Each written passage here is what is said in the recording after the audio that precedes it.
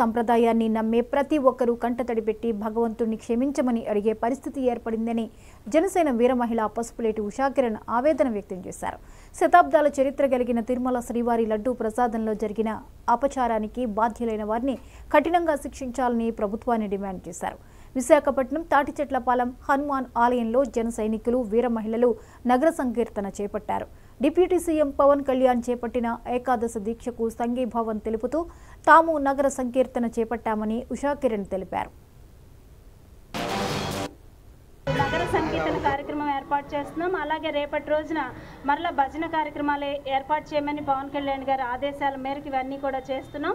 మరి ఏదైతే తిరుమల తిరుపతి వెంకటేశ్వర స్వామి ప్రసాదం అంటే సాక్షాత్ వెంకటేశ్వర స్వామి మన ఇంటికి వచ్చినట్లుగా భావించే సాంప్రదాయం ఉన్నటువంటి మన హైందవ సంస్కృతిలో ఈరోజు తిరుపతి లడ్డూని అంత అపచారం చేసి ఆఖరికి మొన్న ఏదైతే అయోధ్యలో రామ మందిరం కడుతుంటే రామ మందిరానికి పంపించినటువంటి 1,00,000 లడ్డూలు కూడా అపవిత్రంగా పంపించారు అనే ఆలోచన మనుషులందరినీ కూడా కలిచివేస్తున్నటువంటి పరిస్థితి. ప్రపంచవ్యాప్తంగా ఎక్కడైతే హిందూ ధర్మాన్ని హిందూ సాంప్రదాయాన్ని నమ్మే ప్రతి వ్యక్తి కూడా కంటతడి పెట్టుకొని భగవంతుడిని క్షమించమని వేడుకుంటున్నటువంటి తరుణంలో మరి పవన్ కళ్యాణ్ గారు నిన్నటి రోజున కాలినడిగిన తిరుమల తిరుపతికి చేరుకొని ఈరోజు స్వామివారి దర్శనం చేసుకుని రేపటి రోజున వారాహి సభని చేపట్టే విషయాన్ని మీ దృష్టికి తీసుకొస్తూ మరి ఏదైతే ప్రజలందరికీ సుఖ సంతోషాలతో ఉండాలి, భగవంతుడు ఎవరి మీద కూడా కోపం తెచ్చుకోకూడదు, ప్రళయాలను సృష్టించకూడదు, మానవ మాత్రుల వల్ల జరిగినటువంటి తప్పిదాలను క్షమించమని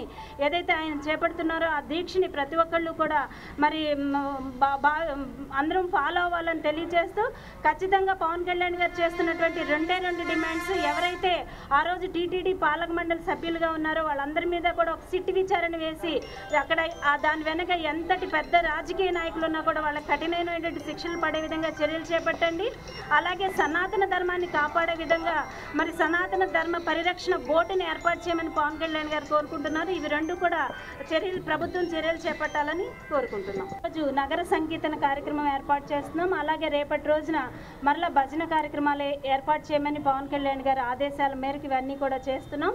మరి ఏదైతే తిరుమల తిరుపతి వెంకటేశ్వర స్వామి ప్రసాదం అంటే సాక్షాత్ వెంకటేశ్వర స్వామి మన ఇంటికి వచ్చినట్లుగా భావించే సాంప్రదాయం ఉన్నటువంటి మన హైందవ సంస్కృతిలో ఈరోజు తిరుపతి లడ్డూని అంత అపచారం చేసి ఆఖరికి మొన్న ఏదైతే అయోధ్యలో రామ మందిరం కడుతుంటే రామ మందిరానికి పంపించినటువంటి 1,00,000 లడ్డూలు కూడా అపవిత్రంగా పంపించారు అనే ఆలోచన మనుషులందరినీ కూడా కలిచివేస్తున్నటువంటి పరిస్థితి. ప్రపంచవ్యాప్తంగా